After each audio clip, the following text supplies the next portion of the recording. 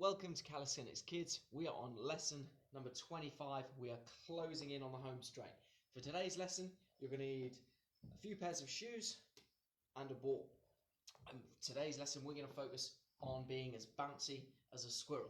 But before we get there, let's start with our warm-up.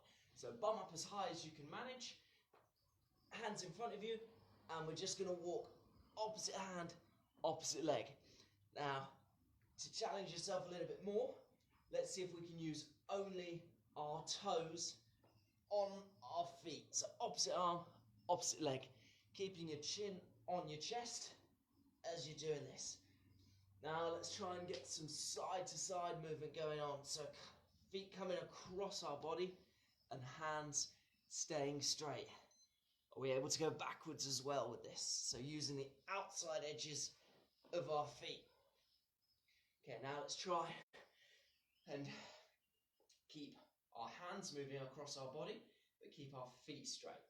So hands moving across our body, and can we keep our feet in the same place? Try and keep that bum up high as you're doing this. So feet straight, hands moving across our body. Oh, this is difficult. Okay, next thing we're going to do is our frogger. So we should be able to generate quite a bit of height with this. If you're not able to, don't worry. So what we're going to do with this is we're going to push through the floor. We're going to come up almost like we're in a low tunnel, and then we're going to come back down. So let's see what this looks like. So pushing through the floor, and then I want you to come up as if you're in a low tunnel, then back down. Pushing through the floor, come up to that low tunnel point, back down. Can we go backwards? So push through the floor, only into that low tunnel. You'll see why this is important in a second. And back down. Next thing we're going to do, and the reason why that low tunnel position is important is because we're going to be working on jumping and landing today. So when we're in that tunnel, hips are back, shoulders forward. That's our low tunnel position. That's going to be our ready position. We're going to come back to that later in the lesson, so make sure you remember it. Next thing we're going to do is our duck walk. So we're going to be on the balls of our feet, imagining our knee is trimming the grass as we're coming through. Can we do it forwards? Can we do it backwards? What does that look like if we come in a diagonal? Getting our brains switched on as well as everything else. Can we come diagonally? Okay, we're going to work on that balance a little bit more. I want you to walk, and you're going to imagine you're pushing through your big toe. You can lift the opposite leg towards you if you want. So pushing through that big toe, how well can we stay balanced? So as I'm walking through, pushing through that big toe, bringing that leg up as I'm coming through. Can we get the arms involved as well? So opposite arm, opposite leg. We're starting to look a little bit more athletic. Now we're going to go to our top and drops. So all you're going to do, reaching up nice and tall, make yourself as tall as you possibly can. And when I shout drop, we're going to end up in that low tunnel position. So what I want you to imagine is we're reaching up tall, and then it's almost like Superman, where we're wanting that chest to be nice and proud. So we're going to go tall up top, drop. So almost like we've ripped that t-shirt open. Tall up top, drop. Tall up top, drop. Excellent work. Now let's try that on one leg. So we're going to do tall up top, reaching tall, and then as we come down, it's like we're Superman, showing that chest off and pushing our hips back. So we're in our low tunnel on one leg. So tall up top, drop. Let's try the other leg. Tall up top, drop. One more on each side. Tall up top, drop. Tall up top, drop. Now what I want you to do, little balance challenge. This is where you're going to need that ball. So you're going to start off in the center of wherever your room is. And we've done this before on previous lessons, but we're just going to see how far we can roll that ball without falling over. When we've reached that point, we're going to pop those shoes down that I told you you needed at the start. Now in reality these shoes can be anything, but just something to mark it down. So let's start off in the center. How far? I'm starting off on my right leg, you start off on whatever leg feels comfortable. But the trick here is, when you've gone as far as you can possibly go, I want you to stay on one leg, grab your shoe, and I want you to place your shoe in line with the ball. So there's my first shoe.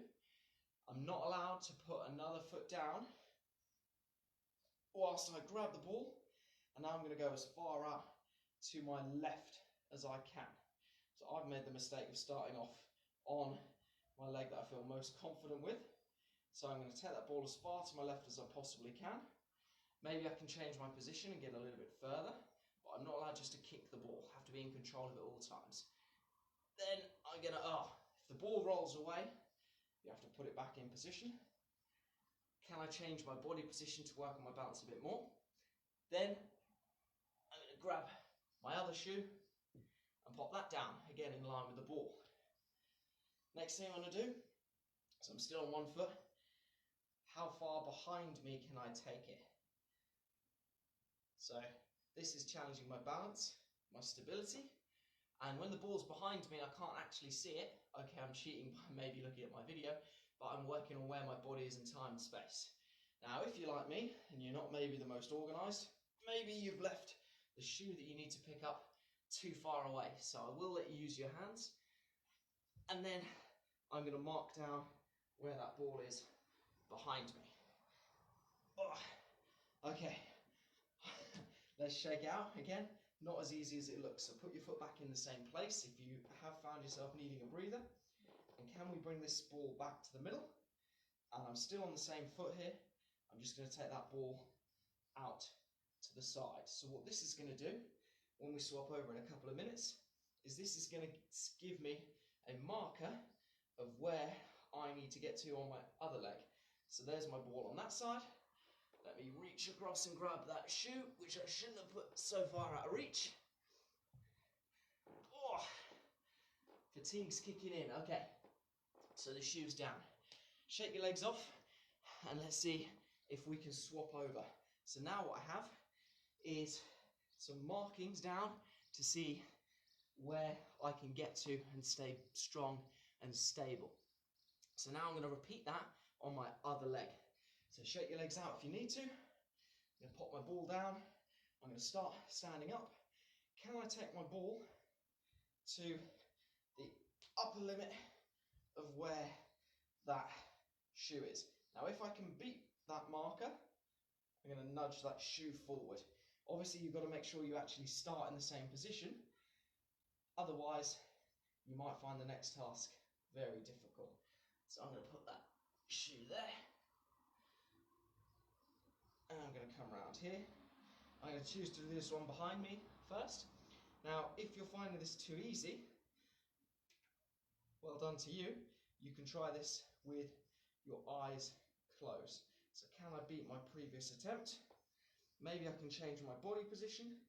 That's about the same, so I'm going to leave that one there. And now can I dribble the ball behind me? So I'm coming over to this shoe here, if you can see it. Can I change my body position to get a little bit further? If I can, I'm going to try and avoid putting my hands down, if I can. Can I nudge it a bit further? That's probably, oh, maybe I can. Putting hands down is cheating, so if your hands go down, you need to rearrange. And I'm just going to try and bring that ball back to center. Okay, shake it off. If you found that as difficult as I have, maybe you need a little bit of a rest. But what we have now is we've got markers down, and you'll see why and how easy this can be adapted to whatever you've managed. So what I'm going to try now is, I've got my markers down depending on how good my balance was. I'm now going to see if I can go from two legs onto two legs, jumping in a specific direction. Now, if you're doing this with kids, I've got a fireplace there. Make sure you're not going to bash into anything. But all we're going to do is start off with our hips back.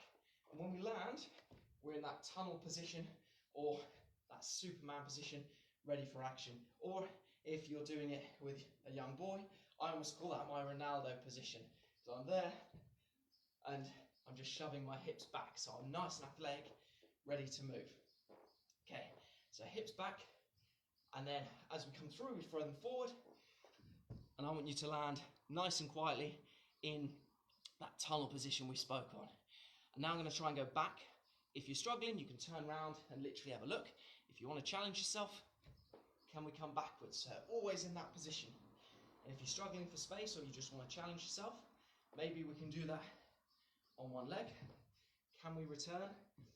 When you jump sideways, make sure if we can, that both feet land at the same time, rather than a sort of stepping action. But if you're really struggling, then that's fine as well.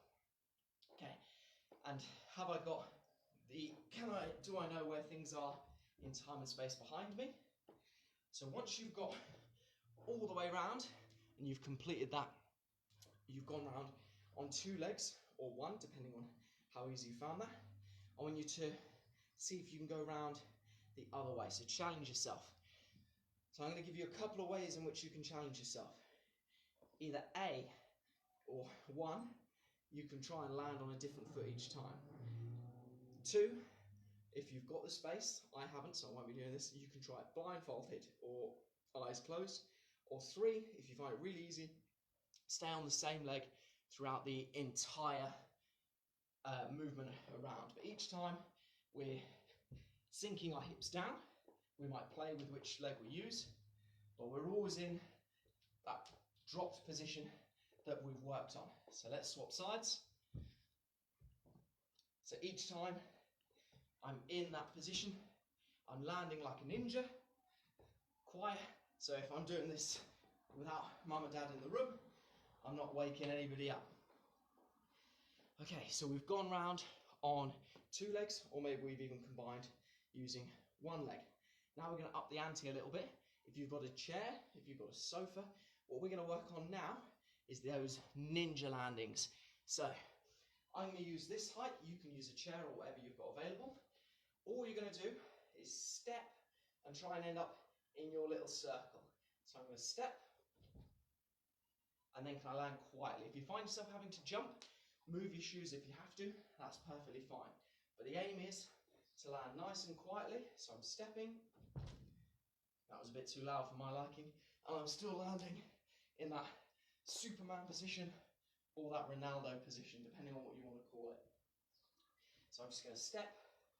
If it's too far, I can do a little jump, but we're just being nice and quiet, landing in that position. Let's try one more.